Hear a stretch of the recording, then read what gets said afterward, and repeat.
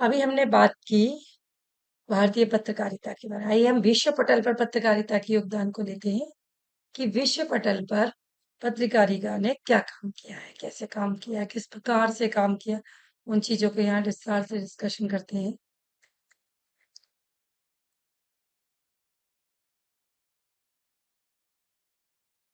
पत्रकारिता के उदय के समय में उत्तरायण की तरफ उदय आकस्मिक है। इसका विकास विकासशीलता का एक पत्रकारिता अजीब विकास अचानक नहीं होता, बल्कि उसका विकास क्रमिक विकास होता है। जब मन में किसी चीज को पाने की लालसा होती है, तब हमारा विकास होता है। प्राचीन काल में केवल राजकीय घोषणाएं होती थी, जिन्हें डुग्गी पटवाकर या इसके माध्यम से सुना दिया जाता था। फिर क्या हुआ, धीरे धीरे समाचार पत्रों ने उसका रूप लेना प्रारंभ किया। फिर उसमें युद्ध, विकट स्थिति, चमत्कार, आज जुड़े समारोह को वर्णन किया जाने लगा।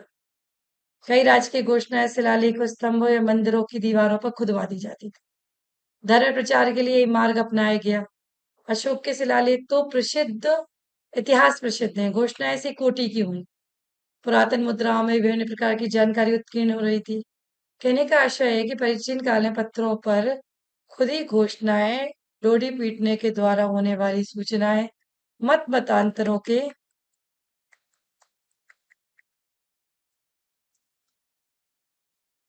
धर्मशालाओं में लगे सूचना पत्रक आदि के द्वारा ही समाचार पत्रों का प्रसार किया जाता था।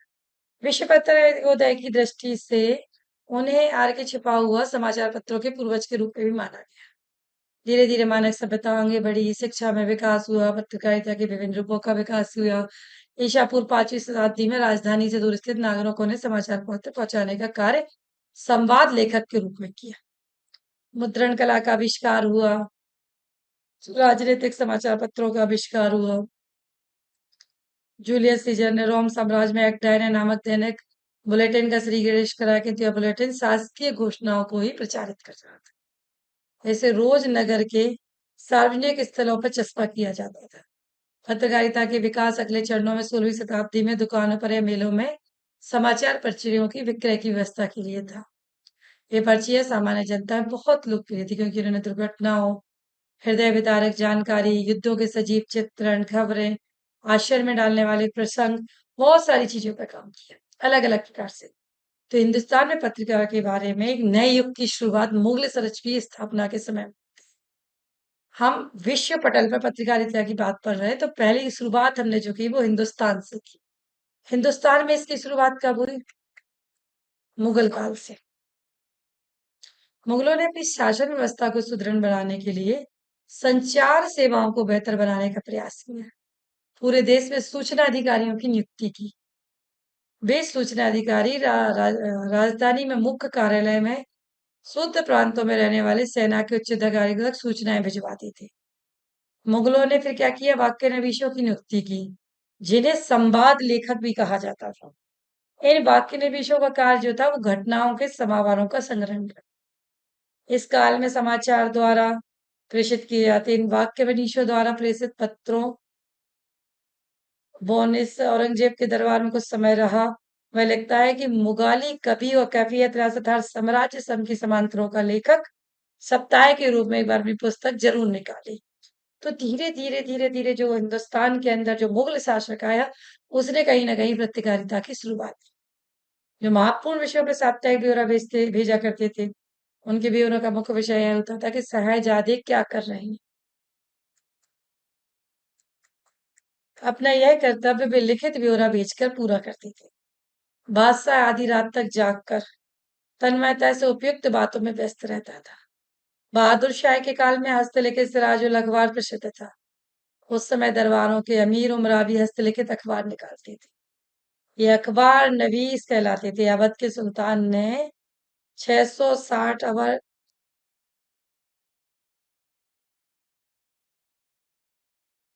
प्रत्येक को 4 या 5 रुपए मासिक वेतन दिया जाता। वे छपते नहीं थे। इनका प्रकाशन भी नियमित नहीं होता था, और चाहे उन्हें खरीद भी नहीं सकते थे, इसलिए सही अर्थों में इन्हें समाचार पत्र नहीं कहा जा सकता। 660 कर रखे थे। 4 या 5 रुपए मासिक वेतन दिया जाता था, लेकिन वो छपते नहीं थे। प्रकाशन भी समय पे नहीं होते तो समाचार पत्र नहीं कहा जा सकता। ईस्ट इंडिया कंपनी ने क्या किया, देखो विश्व पटल पर समाचार पत्रों के बारे में हम बात कर रहे हैं। ईस्ट इंडिया कंपनी के अधिकार समाचार पत्रों के प्रति बहुत संकेत, वे किसी भी तरह की आलोचना बर्दाश्त नहीं करती थी। मुनाफाखोरी, पक्षपात और माल हत्याने के वातावरण में विचार प्रकट करने की आजादी की दूर की बात, समाचार भेजने तक को स्वतंत्रता नहीं। यहाँ तक कि अंग्रेजों द्वारा उन्हीं के हितों की रक्षा करने वाले पत्रों के प्रति भी उन्हें भय बना रहता था। यद्यपि कंपनी ने मुंबई, बंबई, चेन्नई, मद्रास, कोलकाता में छापेखाने लगवा रखे थे और उनके लिए टाइप और कागज की व्यवस्था कर रखी थी, परंतु इन दोनों अंग्रेजी भाषा का कोई भी समाचार पत्र नहीं छपता था। फिर भी इंग्लैंड की प्रेस से प्रेरणा लेकर भारत में पत्रकारिता का जो प्रारंभ हुआ ईस्ट इंडिया कंपनी के आने के बाद हुआ। भारत में सबसे पहले जो समाचार पत्र शुरू हुए, कंपनी के विरुद्ध शिकायतें थी, उन्होंने शिकायतों को प्रकट करके कंपनी की नौकरी छोड़कर समाचार पत्र निकालना शुरू किया। समाचार पत्र निकालने का पहला प्रयास 1718 में 1778 में सितंबर में कोलकाता के कौंसल हॉल एवं सार्वजनिक स्थानों में एक नोटिस लगा हुआ पाया गया, जिस प्रकार था कि श्री वोल्टास जनता को सूचना प्रदान करने के लिए तरीका अपनाती। इस नगर में छापाखाना न होने से व्यापारी वर्ग को बहुत नुकसान रहता है और समाज को भी समाचार दिए जाने वाले अत्यंत कठिन है, जिन्हें हर ब्रिटिश प्रजा की दिलचस्पी है। इसलिए श्री वोल्टास उन व्यक्तियों को सर्वाधिक प्रोत्साहन प्रदान करने को तैयार हैं जो टाइपिंग का काम जानते हैं, प्रेस टाइप तथा अन्य का प्रबंध कर सकते हैं। उनके साथ वह जनता को सूचित करना चाहते हैं कि उनके पास लिखित रूप में ऐसी जानकारी है जिसमें हर व्यक्ति की गहरी दिलचस्पी हो। जो जिज्ञासु व्यक्ति चाहे उन्हें वोल्टास के घर में सामग्री पढ़ने और नकल करने की प्रदान करने की सुविधा दी जाए। यहाँ से ईस्ट इंडिया के आने के बाद हुई पत्रकारिता की सही, अगर सही मायने में देखा जाए कि जो पत्रकारिता की शुरुआत हुई वो कैसे हुई, तो वो ईस्ट इंडिया कंपनी के भारत में आने के बाद हुई। तो ये जो विषय पटल पे हम जो डिस्कशन कर रहे हैं यहाँ पर, वो क्या कह रहा है, कहाँ से आया पत्रकारिता? ईस्ट इंडिया कंपनी से आया। देश में सबसे पहला जो समाचार पत्र था वो अंग्रेजों द्वारा अंग्रेजी भाषा में और उनकी अपनी आर्थिक प्रतिद्वंदिता के कारण निकला। इस संबंध में अंबिका प्रसाद वाजपेयी इस कंपनी के सिवा भारत के व्यापार के मालामाल होने के लिए बहु लिखा है। उस समय व्यापार करने बंगाल में आए थे। उन्होंने देखा कि कंपनी के कर्मचारी जो है ना अपना स्वतंत्र व्यापार चलाते हैं और अन्य लोगों के व्यापार में बाधा डालते हैं। इस बाधा का निवारण करने के दो उपाय थे। एक तो इस देश में शिक्षा का प्रसार करके लोकमत को जगाना था। दूसरा था कि स्वतंत्र अंग्रेज व्यापारियों का ऐसा संगठन बनाना जिससे अन्याय व पूर्ण रूप में बंद ना हो जाए। तो कम उसका जो उपाय किया गया वो कैसे किया गया, इसके बारे में यहाँ पर विस्तार से डिस्कशन हुआ है। देखिए हम बात कर रहे हैं जो तो आप बात करते हैं हम जो भारत में पत्रकारिता का स्वरूप था उसके बारे में थोड़ा यहाँ डिस्कशन करते हैं। हिंदी पत्रकारिता का जो उद्भव हुआ वो 1826 से 1867 में उदंत मार्तंड हिंदी के प्रथम समाचार पत्र होने का गौरव हिंदी पत्रकारिता के प्रारंभ उदंत मार्तंड को प्राप्त हुआ। यह साप्ताहिक पत्रिका 30 मई 1826 को युगल किशोर शुक्ल कलकत्ता के कोलूटोला मोहल्ले से निकला था। उदंत मार्तंड के अंकों में इसका परिचय छपता हुआ मिलता है। यह दुर्भाग्य था कि हिंदी पत्रिकारिता के उदय के साथ इसको ग्रहण किया।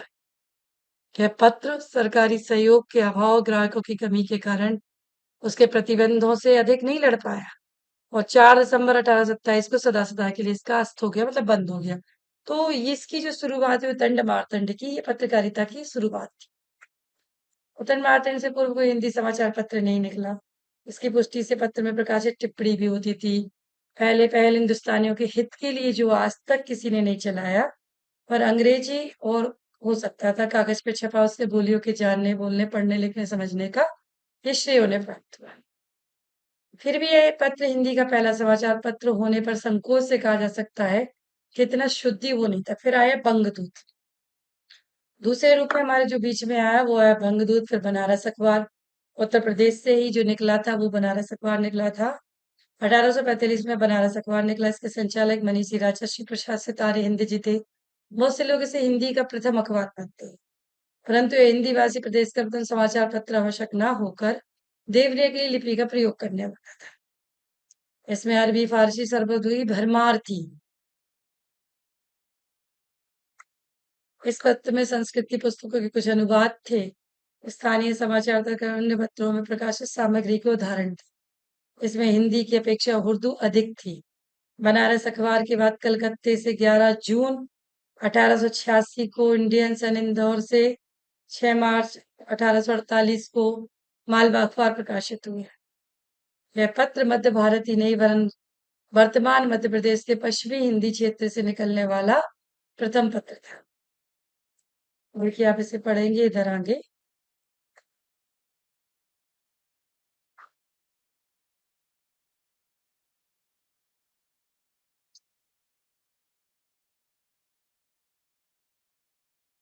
1850 में सीतारामन मैत्रेय नामक बंगाली ने बनारस से सुधाकर पत्र लिखा। यह पत्र साप्ताहिक था, बंगला हिंदी दोनों में प्रकाशित होता था। भाषा की दृष्टि से सुधाकर को हिंदी प्रदेश का पहला पत्र कहना चाहिए। 1853 में यह पत्र केवल हिंदी में ही प्रकाशित होने लगा। यह नागरी लिपि तथा हिंदी भाषा में प्रकाशित हुआ। इस पत्र में ज्ञान मनोरंजन की पर्याप्त सामग्री थी। बुद्धि प्रकाश मुंशी सदा शुक्ला के संपादन में 1852 में आगरा से बुद्धि प्रकाश निकला। यह पत्र निरुल बसर प्रेम से प्रकाशित हुआ। शिक्षा गणित आदि पर सुंदर लेख प्रकाशित हुए। इनकी भाषा की प्रशंसा आचार्य रामचंद्र अंबिका प्रसाद वाजपेयी ने भी की।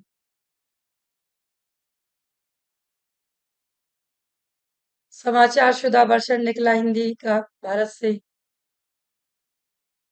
फिर देखिए आप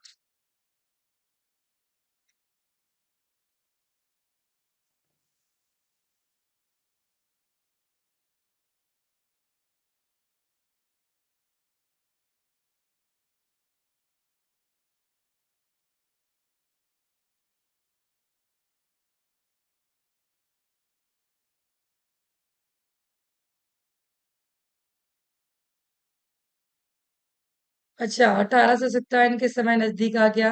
आंदोलन के कारण अखबारों की शैली में पर्याप्त अंतर आ गया। यही कारण था कि भारतीय जो अखबार था वो कैसे बढ़ा आगे।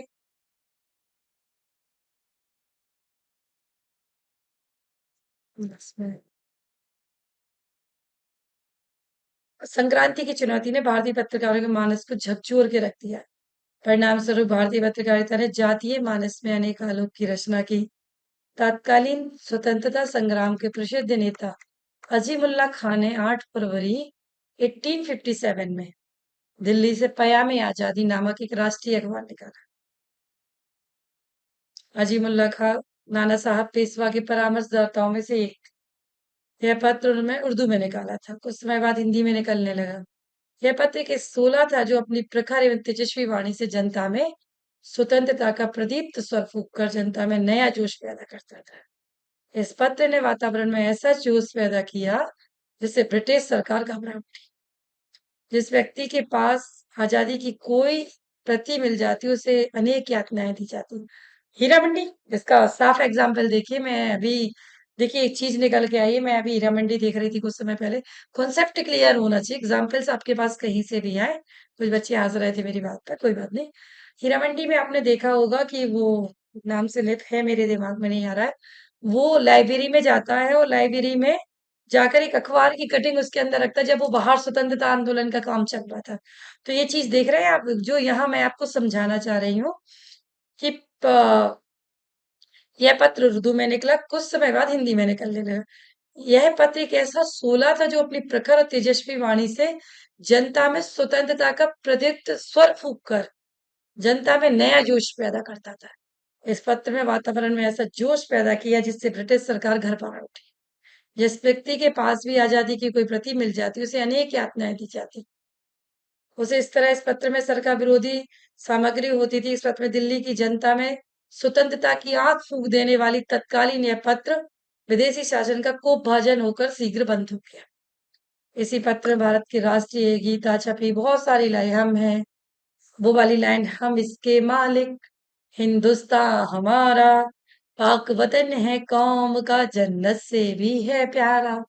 आज शहीदों ने तुझको अहले वतन ललकारा है, तोड़ गुलामी की जंजीरों, बरसाओ अंगारा है।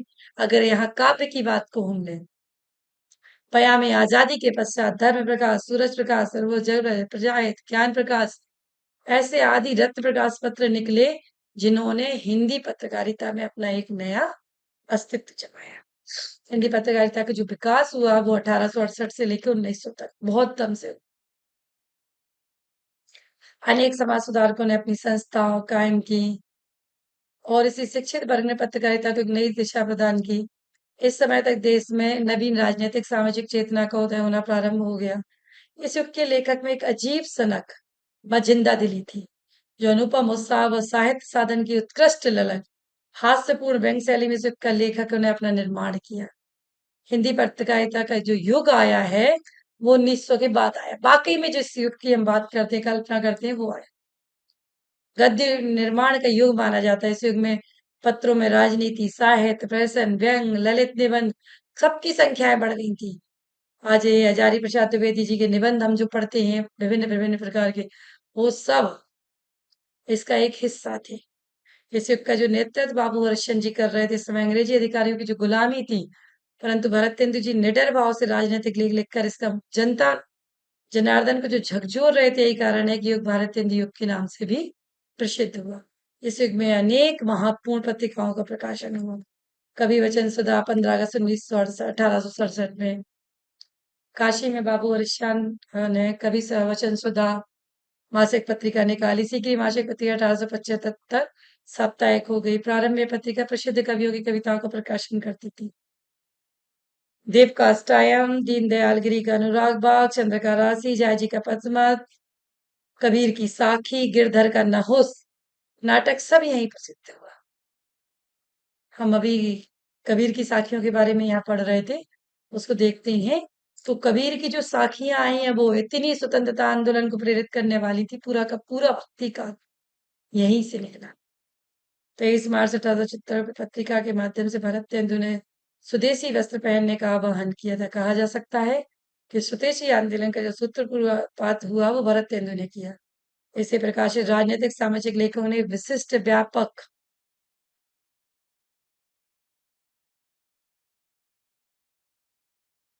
हिंदी की पत्रकारिता के सॉरी इस पत्र का सिद्धांत सौमित्र निज भारत गए हरिश्चंद्र के लेख ललित लेखों ने लोगों के दिल में ऐसी जगह बना ली थी कि कभी वजह सुधन के हर अंक के लिए लोगों के लिए टकटकी लगाए रहते थे। हिंदी पत्रकारिता के एक नए युग का आरंभ कवि वचन सुधा से माना जाता है। हरिश्चंद्र मैगजीन 15 अक्टूबर 1873 को काशी से भारतेंदु हरिश्चंद्र ने हरिश्चंद्र मैगजीन को जन्म दिया। पत्रिका मासिक थी।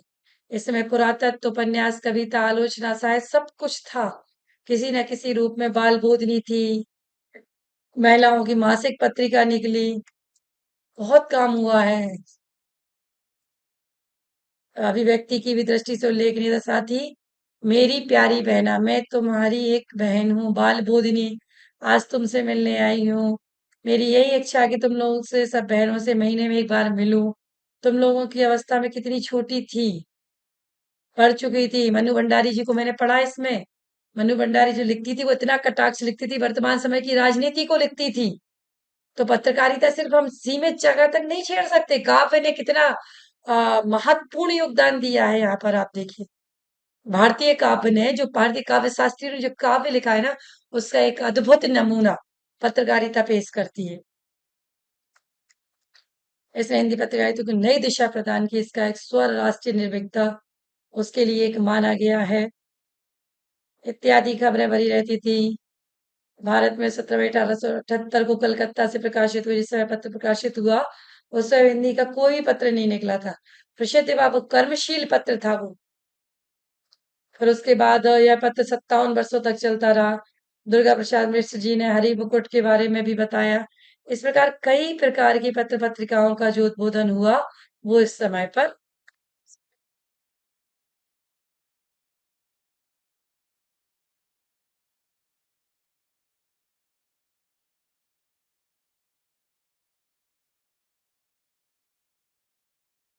इस प्रकार हिंदी बंगवासी ने 1890 में कलकत्ता में अमृतलाल चक्रवातों की नाव में निकाला एक नया अखबार था जिसने आजादी की लड़ाई के लिए लिखना प्रारंभ किया। सरस्वती 1900 में आ गई थी आपकी। इस प्रकार ढेर सारी पत्र पत्रिकाएं आपकी निकली जिन्होंने कहीं ना कहीं समाचार लेखन पर उन पर काम किया है, समाचार लेखन कला को सीखा है। देखिए एक बहुत अच्छी सी चीज यहाँ पर आई है, आपके बीच में शेयर करती है। समाचार लेखन कला क्या होती है? सोचा आपने पानी या ना होना चारों दिशाओं में।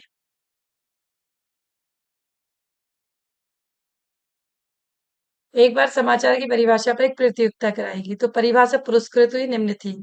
समाचार किसी अनोखी या असाधारण घटना की अविलंब सूचना को कहते हैं जिसके बारे में लोग प्रातः पहले कुछ ना जानते हों लेकिन जिसे तुरंत ही जानने की अधिक से अधिक लोगों में रुचि हो। तो समाचार क्या है? का एक रोचक उत्तर पत्रकार यह देते हैं कि किसी कुत्ते ने किसी व्यक्ति को काटा तो कोई विशेष बात नहीं हुई। प्राय ऐसा होता रहता है, कोई बड़ी बात नहीं कुत्ते ने। लेकिन किसी व्यक्ति ने किसी कुत्ते को काट खाया तो ये बन गया समाचार।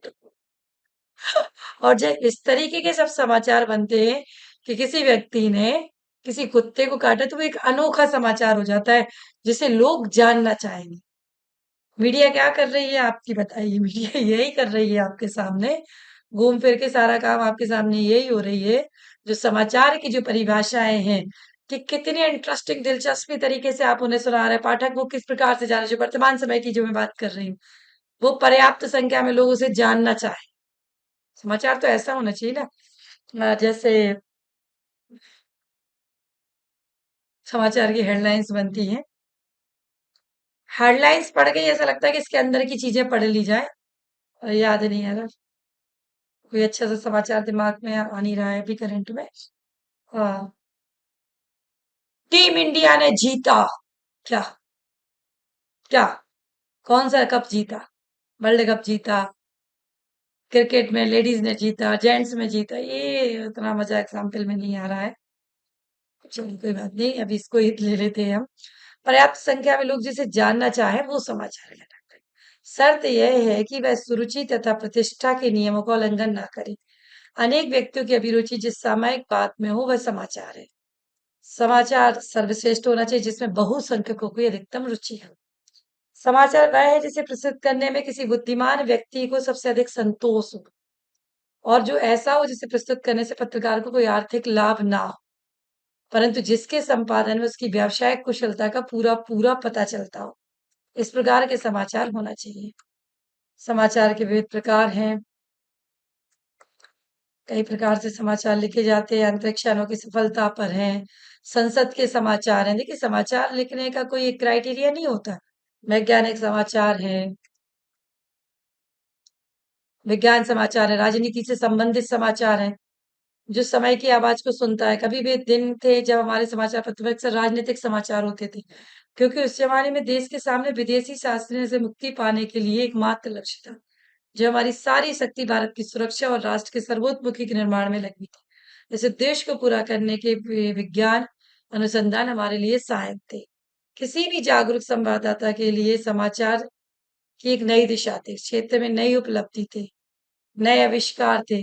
विज्ञान से हमारा जीवन कितना सुधरा, नए मूल्यों का निर्माण कितना हुआ, ये सारी चीजें अब उसमें नई चीज एड ऑन होने लगी थी। देश स्वतंत्रता की ओर था, हम स्वतंत्र थे। अब हमें अपने देश में इम्प्रूवमेंट कैसे करना, विकास कैसे करना है। भारत के विकास के 50 साल, 75 भी मनाई थी हमने अभी। मोदी जी के विकास के 14 साल, 2014 में मोदी गवर्नमेंट जब से हमारे बीच में है, उसके बाद की विकास की स्थिति, उसके बाद मीडिया की स्थिति, उसके बाद समाचारों की स्थिति क्या हुई, कितना इम्प्रूवमेंट हुआ, कैसे आगे बढ़े। तो ये सभी विकास के मुद्दे हैं। अंतरिक्ष यानों की सफलता, अंतरिक्ष प्रयोगशालाएं मानव द्वारा किए गए सफल दक्षिण आदि के समाचार, रेडियो समाचार पत्र, चलचित्र तक जनता द्वारा पहुंचते जनसाधारण विषयों के लिए दिलचस्पी बढ़ जाती है। संसद समाचार, राष्ट्रीय संसद और राज्यों के विधानमंडलों की कार्यवाही में जनता की दिलचस्पी होना स्वाभाविक है। जिन कानूनों के अधीन हम रहते हैं या व्यवहार करते हैं, जो हम कर देते हैं अथवा जन कल्याण और राष्ट्र निर्माण के लिए जो योजनाएं बनती हैं, उन सब का फैसला संविधान के अनुसार पार्लियामेंट या संविधान मंडलों तथा अन्य प्रतिनिधि संस्थाओं में होता है। आजकल के युग में सरकार, राज्य, समाज एवं समुदाय समानार्थी हो गए हैं। सरकार या व्यवस्था के बिना किसी भी सामाजिक जीवन की कल्पना नहीं की जा सकती। समाचार संसद, प्रेस, पार्लियामेंट एक दूसरे के पूरक और सहायक हो गए। पार्लियामेंट से समाचार पत्रों के कॉलम से भरे होते हैं। पार्लियामेंट को प्रेस से अपने काम में बड़ी सहायता मिली। जनता की क्या शिकायतें हैं, क्या समस्या, क्या कठिनाई, इसके बारे में संसद सदस्य समाचार पत्रों में प्रकाशित लेखों को वहां डिफाइन करते हैं। जनता की क्या प्रक्रिया है, पार्लियामेंट विधानमंडलों के सदस्यों में उनमें क्या योगदान है, प्रेस में पार्लियामेंट विधानमंडलों की क्या कार्यवाही की जा रही है, इन सब चीजों के ऊपर एक उचित निर्णय प्रदान किया जाता है। कार्यवाही की रिपोर्ट सच्ची यथार्थ है, पार्लियामेंट उसका प्रकाशन रोक नहीं सकता, उसके ऊपर अधिकार है। बलात्कार संबंधी घटनाएं, समाज विरोधी घटनाएं, ये सब पत्रकार में बन गई। पत्रकारिता के रूप में हमारे बीच में प्रसिद्ध है। विरुद्ध कानूनी कार्रवाई है, मुश्किलें हैं, खेल समाचार है, स्वतंत्रता प्राप्ति है, क्रीड़ा क्षेत्र है। इन खेलों को अंग्रेजी पढ़े लिखे फौजी, सिविल अफसर, उनके संपर्क में आने वाले धनी मनी वर्ग हैं, गैर सरकारी लोग हैं, भारतीय अथवा तत्कालीन देशी रियायती के राजा लोग हैं। वे एक न एक सचित्र पृष्ठ क्रीड़ा जगत के लिए सुरक्षित रखने वाले लोग हैं। पाठकों की पृष्ठभूमि को ले जाने वाले लोग हैं। कॉलेजों और विश्वविद्यालय में अंग्रेजी भाषा, भेष भाषा और बोलबाला का प्रयोग करने वाले लोग हैं। इस प्रकार कुछ एक घटनाओं को छोड़कर ऐसी है जिनमें बड़े बड़े लेखक भी इसका सम्यक वर्णन करने के लिए अपनी भाषा और शब्द भंडार को अपलब्ध करते हैं। ऐसी स्थिति में वर्णनातीत होती है कि साहित्यकारों संभवतः द्वारा यह अनुभव हो कि हमारी लेखनी कितनी सशक्त, सूक्ष्म, कितना कलम कलम में वो ताकत है। वो नाना पाटेकर की एक फिल्म याद आ रही है, एक कलम वाली बाई, सुना होगा आपने भी। डिम्पल कपाड़िया थी हीरोइन। कलम वाली बाई के नाम से कहती थी, क्यों? क्योंकि उस समय जो देश की राजनीति थी ना, जो फिल्म में दर्शाने गया, सिनेमा जो है ना, वो साहित्य का सबसे बड़ा दर्पण है। वर्तमान जीवन का सबसे बड़ा दर्पण अगर कुछ है तो वो सिनेमा है। उसमें उन्होंने इसको दर्शाया, आजादी की लड़ाई लड़ रहे हैं, वो क्रांतिकारी बने हुए हैं। और जो उस समय जो बात उठाने वाली जिसमें आवाज थी, वो अखबार थे, वो पत्रकार थे। वो स्टेटमेंट आया है डिम्पल कपाड़िया के लिए कि एक कलम वाली बाई, अपनी कलम से कुछ ना कुछ नया लिखो। तो कलम में वो ताकत है, पेन डाउन की ताकत है कलम के अंदर। अगर कलम चाहे और एक दिन के लिए कह दिया जाए कि पूरे देश की पेन डाउन हो गया, मतलब कलम तोड़ दी जाए। किसी को फांसी की सजा होती है ना, तो जज जब उस सजा को सुनाता है उसके बाद कलम तोड़ देता है। मतलब कि प्रभु, हे ईश्वर, इस कलम से किसी दूसरे के लिए इतनी गंदी चीज ना हो कि मृत्यु की मुझे सजा सुनाना पड़े, तो उसकी निब तोड़ दी जाती। तो कलम में वो ताकत है ना, अखबारों में वो ताकत है ना, मीडिया में वो ताकत है। मैंने कहा ना, लोकतंत्र का चतुर्थ स्तंभ माना क्या मीडिया को, कि भारत की अर्थव्यवस्था के लोकतंत्र को संभालने वाला जो सबसे बड़ा खंभा है, वो है पत्रकारिता, वो है मीडिया। उसके माध्यम से हम आगे बढ़ते हैं। इस प्रकार विभिन्न प्रकार से हमने इसको पत्रकारिता को समझा, आपके बीच में रखा, अलग अलग सूचनाओं के माध्यम से, अलग अलग कार्यों के माध्यम से, अभियानों के माध्यम से, कि पत्रकारिता ने क्या क्या नया रोल अदा किया है।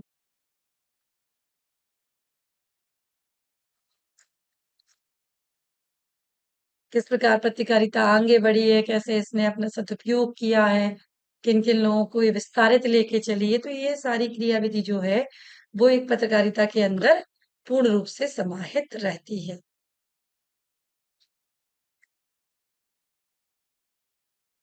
रोचकता है पत्रकारिता में, आकर्षक शैली है उसमें, सत्यता है, वस्तुनिष्ठता है, अन्वेषणात्मकता है उसके अंदर। बहुत सारी चीजें हैं जो पत्रकारिता को आगे ले जाने का कार्य करती हैं।